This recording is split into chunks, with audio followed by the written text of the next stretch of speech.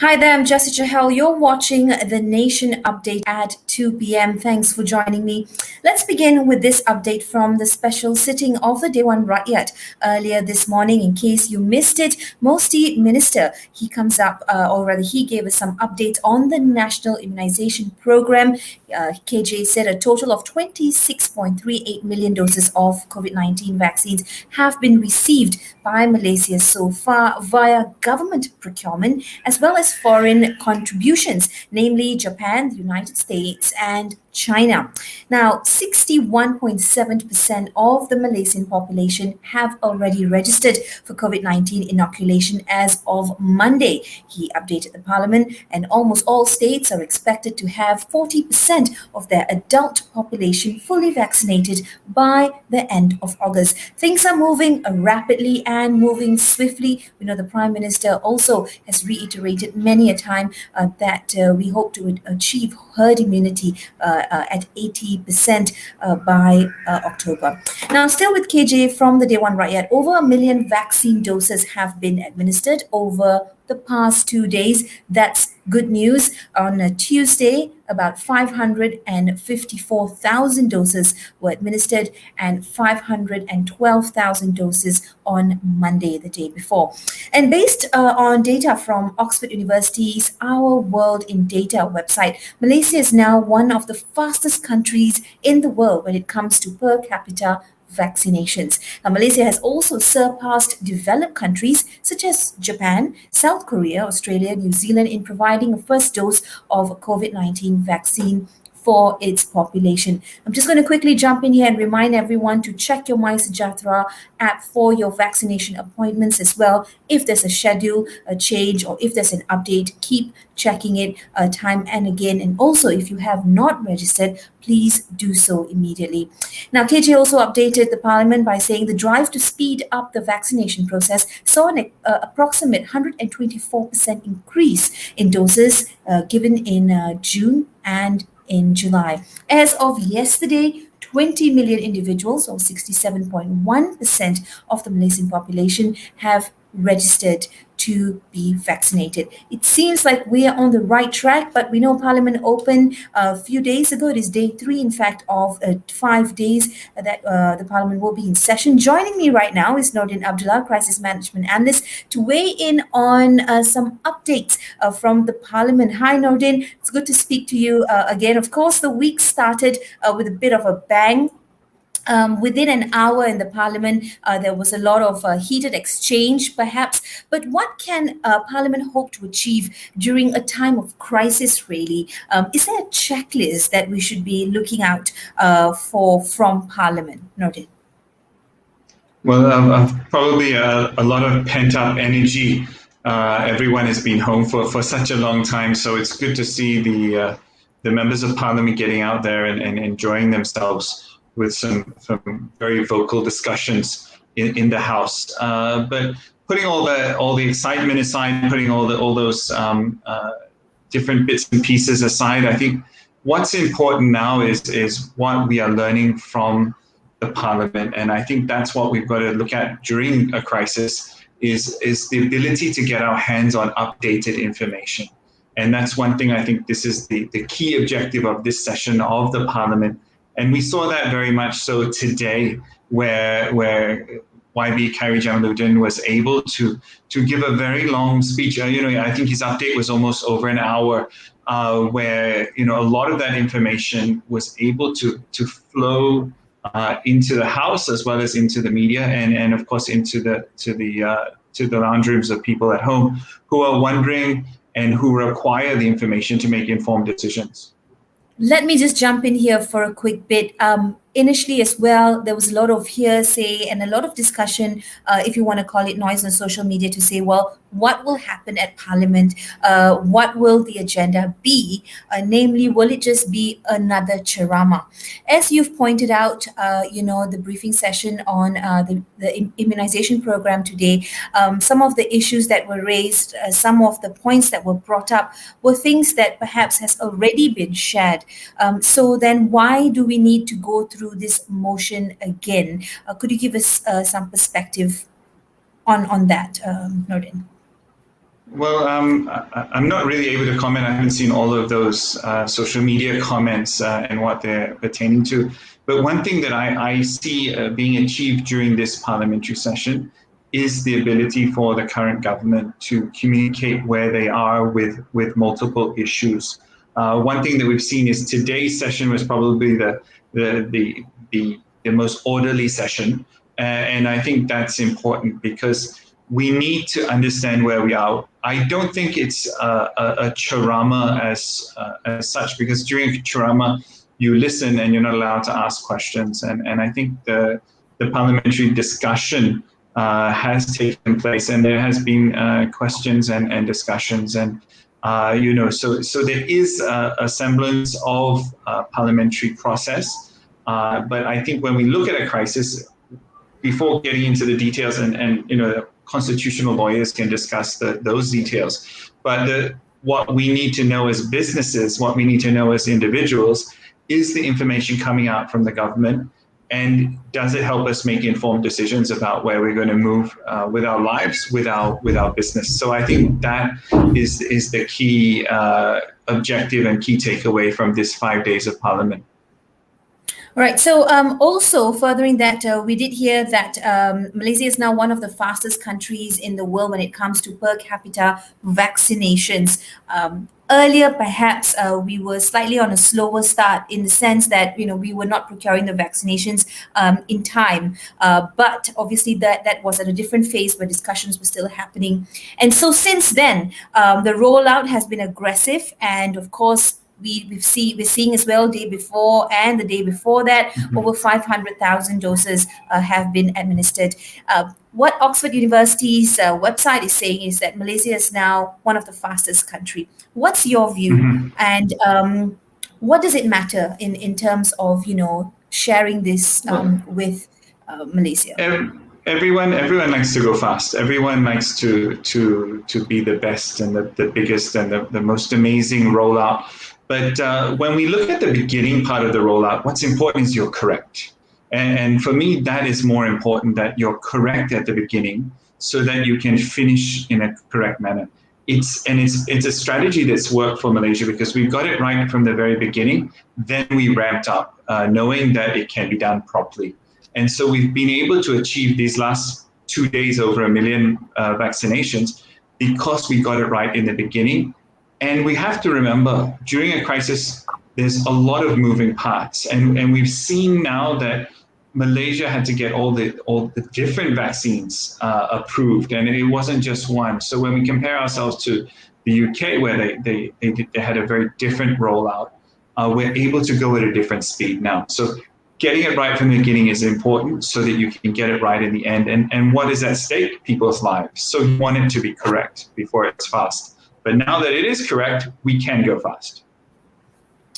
Perfect. Moving on, I wanted to quickly check in with you on this. The IMF, the International Monetary Fund, has revised downwards the 2021 economic outlook for ASEAN's countries by 0.6% to 4.3%. The ASEAN 5 countries, Indonesia, Malaysia, Philippines, Thailand, and Vietnam. So sort of from a global perspective or an outside perspective, how can ASEAN work together to move out of the pandemic? Thick in a crisis, individually, each country has their obstacles, their challenges. But how do you come together now and sort of, worm your way out of the pandemic? Exactly. And I think this is where we start to look at critical supply chains and the industries that are going to drive the change and the ability to move the different countries' economies.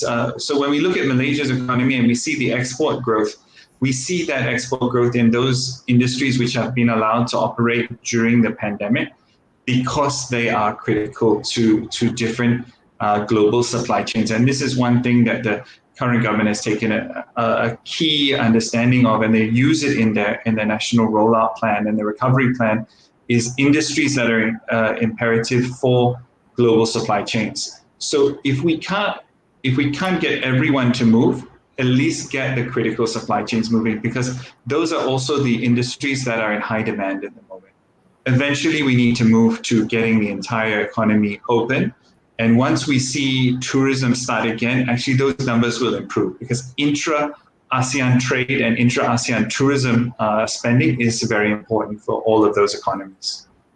Right, just quickly jumping in here as well, some other updates from Minister KJ. Some 1.2 million aged below 18 Malaysians have registered for jabs, and that's, of course, the next rollout and the next phase for those below 18. No data on that yet, so nothing moves where that's concerned. But 1.2 million of Malaysians aged below 18 have registered for jabs. Also, over 2,000 COVID-19 vaccination centers are operating nationwide. It's an aggressive plan in the midst of all that is happening, Nordin. When things started on Monday as well at the Dewan Rakyat, a lot of us were caught up with the argument happening. A lot of us took to social media. In fact, to a certain extent, I was also tracking social media to get some of those, bitey updates. How do we make sense of it all, and how do we rummage through the noise to see clearly an unbiased perspective of what the government is trying to do versus what are the comments being made, Nordin? Well, you'll never be able to get an unbiased understanding because you bring to the table your own bias, but that's not the issue. What is important is you're able to get to the information, and you need correct information in a crisis. So when you look at something, you've got to look at it from an emotional perspective. Is it creating an emotional impact? Is it an emotional message? Or is it a fact-based message? So when you go and deal with facts, the emotions are actually very quickly taken away, except when you see that there's a gap in the delivery of facts. So that's one thing that we saw in Parliament today. Over an hour of facts. It was actually a very long session, but what it means is there are the facts available, and when you see the facts available, you don't need to bring an emotional, you don't need to wear an emotional hat. So I think that when you look at a crisis, when you look at crisis managing your own life, your own business on whichever scale that you're at, you need to deal with reality, you need to deal with facts. Emotions are not going to help you solve the problem. So if you get to that emotional point of view, see if you can get to a place where you're not being emotional, turn off the emotions and see, okay, what facts are now available? Right. So yesterday, the Prime Minister says Malaysia expects to reopen the economy and lift the movement controls for most states as early as October. We know that has been the milestone that's been set, sort of the benchmark as well, in terms of reaching herd immunity.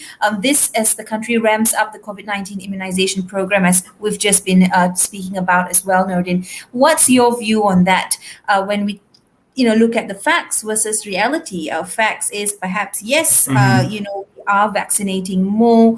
It is a more aggressive plan and rollout. We're reaching more people. Do you foresee this really sort of ramping up in the next 2 months before we hit the October mark? Exactly. And I think one of the key parts of the plan is bringing the numbers down to 4,000. And that was the first phase. We've hit, Kyrie has done his job in getting that 10% of vaccinations done. We've seen now that ICU bed utilization has also started to come down. So there's a bit of breathing space there, but I don't think there's a whole lot. So when it comes to opening up the economy, if that is the objective of the government, is to hit those dates, then businesses need to start to gear up now. And if they don't hit those dates, what does it mean for you? And if they do hit those dates, are you ready to operate quickly and effectively during that time? So when we start to look at it from an information perspective, this is the information we've got. Now, this is the decisions that we're able to make with the information that we have. And with all the information that we have, with emotions also sort of, mixed into that alongside with facts, what can you leave us with, Nordin, today? I think we've got to keep an eye on what's going on with Parliament. I think we've got to, sift through the excitement, sift through a lot of the discussions that go on following that in social media. And we've got to get to the point where we start to understand the facts and how that makes us better managers of our business and our lives so that we can move on from this pandemic. Thanks so much, Nordin, for weighing in. Of course, that is such an apt reminder that we really need to sieve through and filter through what we're hearing and seeing as well. Nordin Abdullah, crisis management analyst, there weighing in on a few Parliament updates. Thanks, Nordin. Stay safe. We'll speak to you again.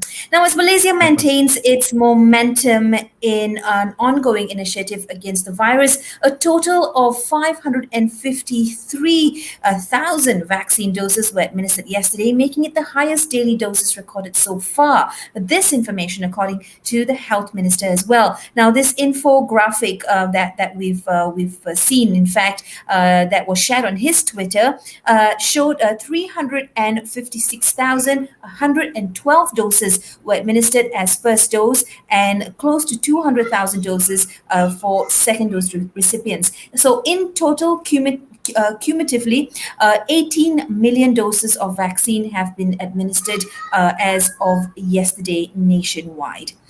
Now, here's something from the from the desk of the Health DG, Tan Sri Dr. Nur Hisham Abdullah. Now, he's expressed that contract doctors, through amendments to the Pension Act, will be absorbed into permanent positions within 2 years. These amendments, to be overseen by a special task force led by the Malaysian Medical Association and the Ministry of Health, will enable all 23,000 doctors who will be offered a 2-year extension to their current contract service to be offered permanent employment under the EPF scheme. Now, at the Dewan Rakyat just yesterday, several MPs called for the government to improve the public healthcare system and address the welfare of doctors and other healthcare workers. Moving on, a targeted vaccination exercise, increased screening and implementing virtual surveillance for asymptomatic COVID-19 patients in the Greater Klang Valley are among the Health Ministry's robust measures to combat the coronavirus. Now, here's what some health experts think about this particular plan. Just to reiterate that, targeted vaccination exercise, increased screening and implementing virtual surveillance for asymptomatic COVID-19 patients. Now, Professor Dr. Adiba from she's lauded the ministry's move to activate the virtual COVID-19 assessment centers for Greater Klang Valley as a timely response to mitigate bottlenecks on healthcare facilities. And she says the implementation of the Digital Home Surveillance Order, the HSO, will no longer require home quarantine patients to wear pink wristbands. This could also further curb the spread of COVID-19.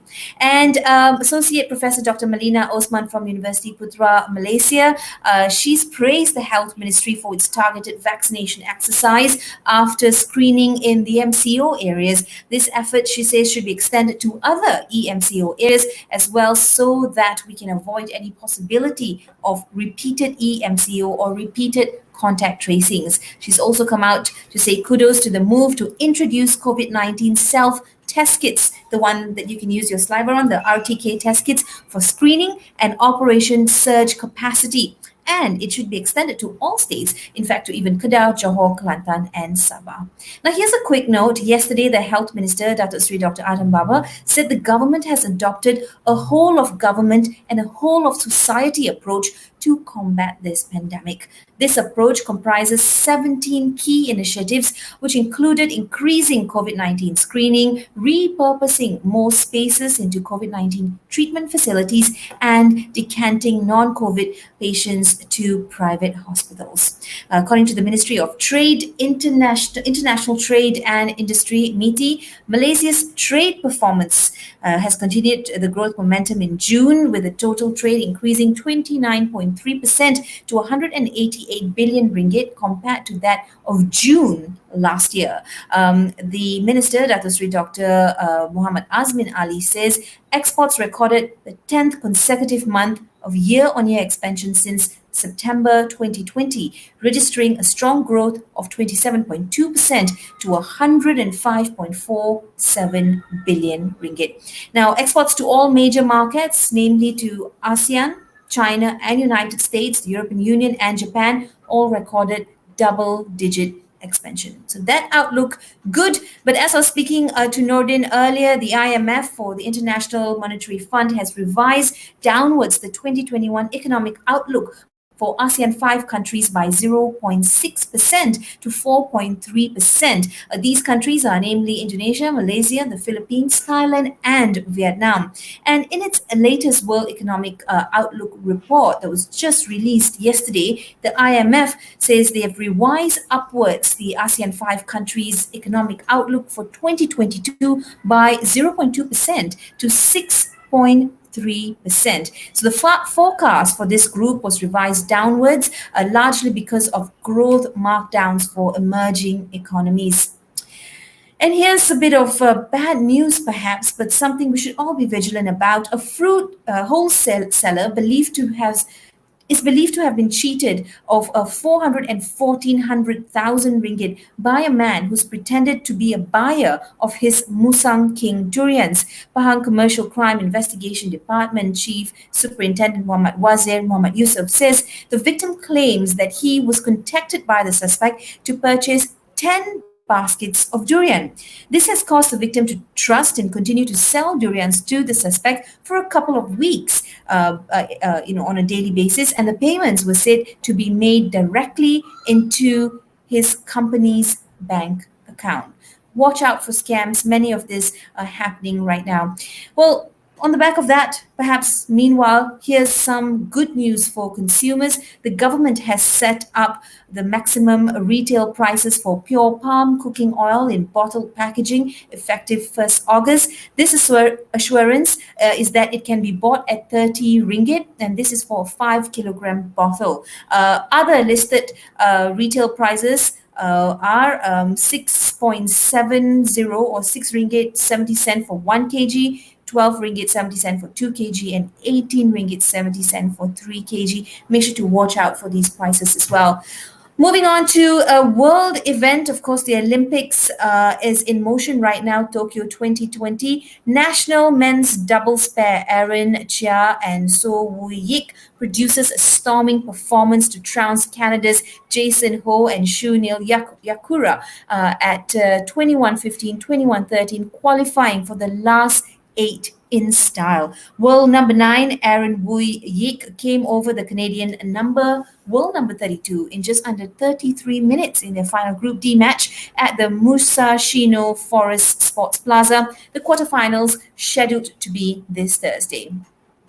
And Sonia Chia puts up a valiant fight in defeating Ratnachok Inanton in Olympics debut. That's her debut, national women's singles ace. Sonia gave it everything she had against world number 6 of Thailand, Ratnachok Intanon, but it still wasn't enough to prevent her from making an early exit from the Tokyo Olympics earlier today. But nonetheless, kudos to all our athletes, 30 Malaysian athletes there trying to do their best. We are with you and we are for you. In other news, the 5th Battalion of the General Operations Force seizes 5,580 cartons of cigarettes worth more than 900,000 ringgit in a raid at premises in Kluang yesterday. A 59-year-old local man was detained in the raid conducted under OP contraband. Here's a quick look at international news in brief. Oil prices held steady yesterday ahead of the release of the US inventory data as investors worried that global demand could be dented by surging cases, even though supplies are tightening and vaccine rates are rising. US crude oil, gasoline, and distillate inventories fell last week. And in the US President Joe Biden accused his Russian counterpart of seeking to disrupt the 2022 congressional elections by spreading misinformation. He also lashed out at Russian President Vladimir Putin. Biden also expressed concern about the recent increase in cyber attacks. And in Australia, starting today, Sydney extends a lockdown by 4 weeks after an already protracted stay-at-home order failed to douse a COVID-19 outbreak. The authorities are warning of tougher policies to stamp out non-compliance, which is their SOPs.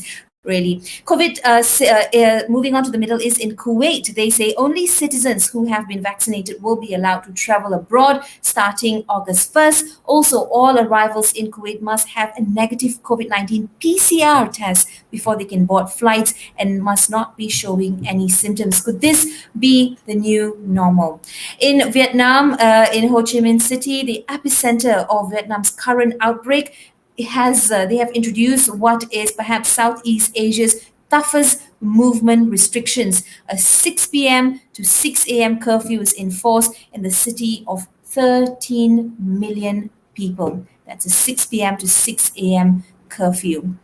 As I'm running out of time here on the show, very quickly, in India, hospitals soared in terms of the amount of patients checking in during a deadly second COVID wave. Now hobbled by patchy insurance, Indians are turning to crowdfunding to help pay steep medical bills. And in entertainment, former drummer of US heavy metal band Slipknot, those in the 80s and 90s will know, Joey Jordison has died at the age of 46.